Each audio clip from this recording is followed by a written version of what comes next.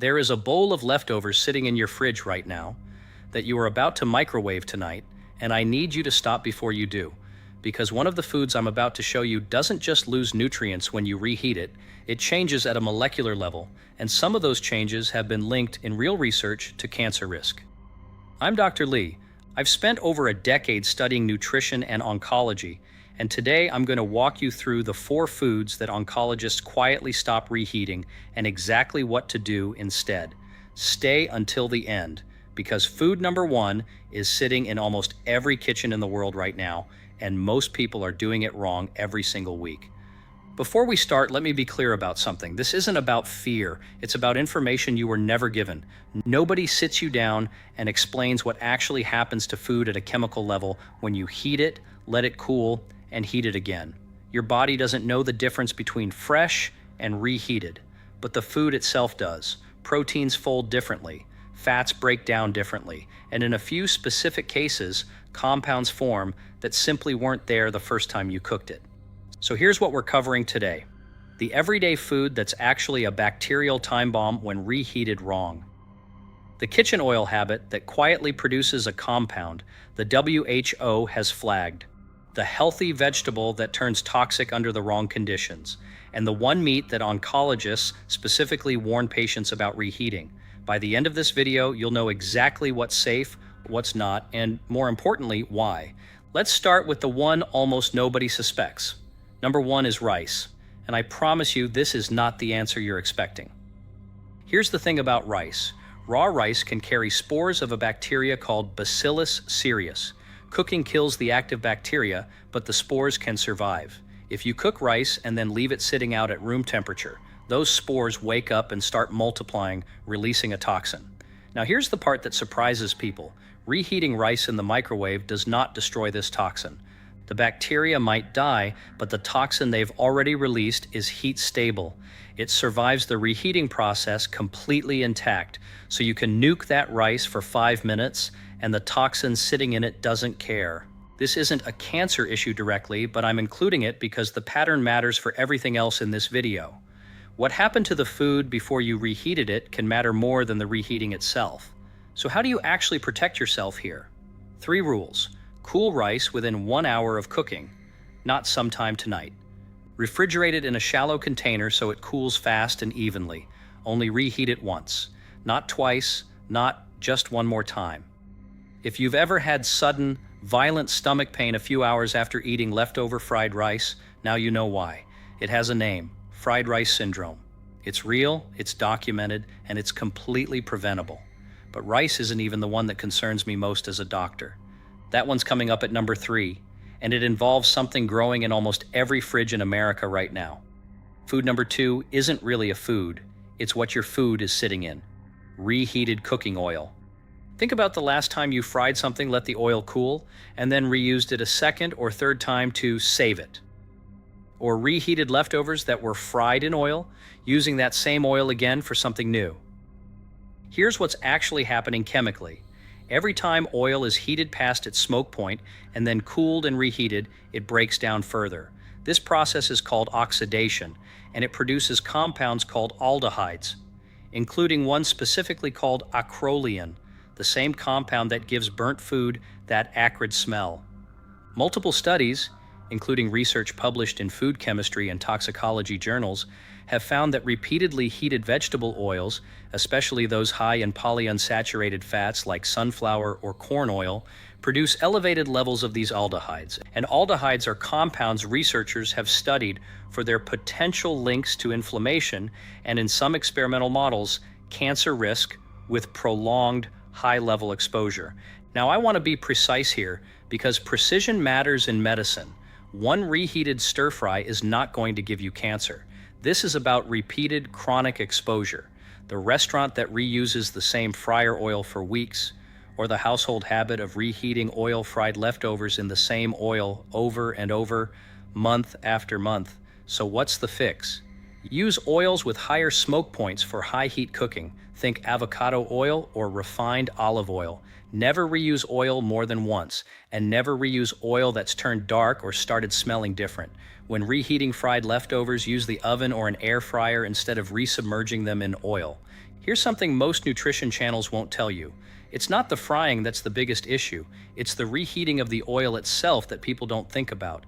And that habit connects directly to food number 3, guys, because this next one is one I specifically ask my own patients to stop doing. Number 3 might genuinely surprise you because it's something doctors tell you to eat more of: spinach, along with beets, celery, and other leafy greens. These vegetables are naturally high in nitrates, and that's normally a good thing. Nitrates support blood flow and heart health, but here's the twist. When these vegetables are cooked, cooled, and then reheated, especially reheated more than once or left at warm room temperature for a while, the naturally occurring nitrates can convert into nitrites. And under certain conditions, particularly when combined with proteins or exposed to high heat, nitrites can form compounds called nitrosamines.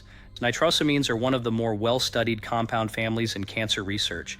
They're part of why processed meats got so much attention a few years ago. We'll get to that in a moment. The concern with vegetables like spinach isn't the vegetable itself. Fresh spinach is genuinely one of the healthiest things you can eat. The concern is specifically the cool, then reheat again cycle, especially when it's stored improperly in between. So here's the practical guidance I give my own patients. Cook only what you'll eat that day when it comes to nitrate-rich greens. If you do have leftovers, refrigerate them quickly and reheat only once. Avoid reheating spinach dishes in the microwave multiple times across several days. I know that sounds oddly specific, but it's exactly the pattern that matters. I know this one feels almost unfair because spinach is supposed to be the good guy, but this is exactly why understanding food chemistry matters more than just memorizing a good food, bad food list. Context changes everything. And speaking of context, the final food on this list is the one I get asked about more than any other in my actual clinic by actual patients. Let's talk about it. Number 4, processed and cured meats. Bacon, deli ham, hot dogs, sausages, anything cured with nitrites to begin with. Here's why this one is different from everything else on the list. These meats already contain added nitrites as a preservative. That's part of how they're cured in the first place. The World Health Organization's International Agency for Research on Cancer has classified processed meat as a Group 1 carcinogen, meaning there is sufficient evidence linking regular consumption to increased colorectal cancer risk. Now here's the part specific to reheating. When these meats are cooked, cooled, and then reheated, particularly at high dry heat like a pan or a toaster oven set to crisp them back up, the existing nitrites can react with amino acids in the meat's proteins and form nitrosamines all over again in even higher concentrations than the first time they were cooked. This is the food I'm personally most cautious about in my own home, and it's the one I get the most questions about from patients who've just finished treatment and are trying to reduce their long-term risk factors. Practical steps that actually make a difference. If you're reheating bacon, ham, or sausage, use lower, gentler heat, a covered pan on medium-low, or a microwave with a damp paper towel, rather than high, dry, crisping heat.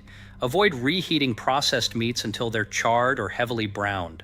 That browning is a visual signal of the exact chemical reaction we're trying to minimize. And frankly, this is less about never reheat it and more about frequency. Occasional reheated bacon is not the same risk category as doing it as a weekly habit for 20 years. I'm not here to take bacon away from you forever. I'm here so that when you do have it, you're making an informed choice instead of an automatic one. So let's bring this all together, because I promised you'd leave this video actually knowing what to do, not just what to fear. Number 1, rice. Cool it fast, refrigerate quickly, reheat only once. Number 2, cooking oil. Never reuse it repeatedly, and reheat fried leftovers in the oven, not in oil. Number 3, nitrate-rich vegetables like spinach. Eat fresh when possible, and don't cycle leftovers through multiple reheats. Number 4, processed and cured meats. Gentle reheating, avoid charring, and watch your frequency, not just the act itself. None of these foods are your enemy. Rice, spinach, even bacon in moderation. These aren't things to fear. What matters is understanding what's actually happening in the pot, the pan, and the microwave, because that knowledge is the difference between a habit that quietly works against you for 20 years and one that doesn't. I make these videos because I spent years watching patients ask me after a diagnosis, "Doctor, is there anything I could have done differently?" And so often, the honest answer involves small daily habits nobody ever explained to them clearly. Not fear, just information. If this video gave you even one thing you'll actually change in your kitchen this week, that's exactly why I make these. Subscribe if you want more of this. Real research explained simply, with no fear-mongering and no supplement to sell you. And I want to know, which one of these 4 surprised you the most? Tell me in the comments. I read every single one, and I pull the most common questions for next week's video. Take care of yourselves. I'll see you in the next one.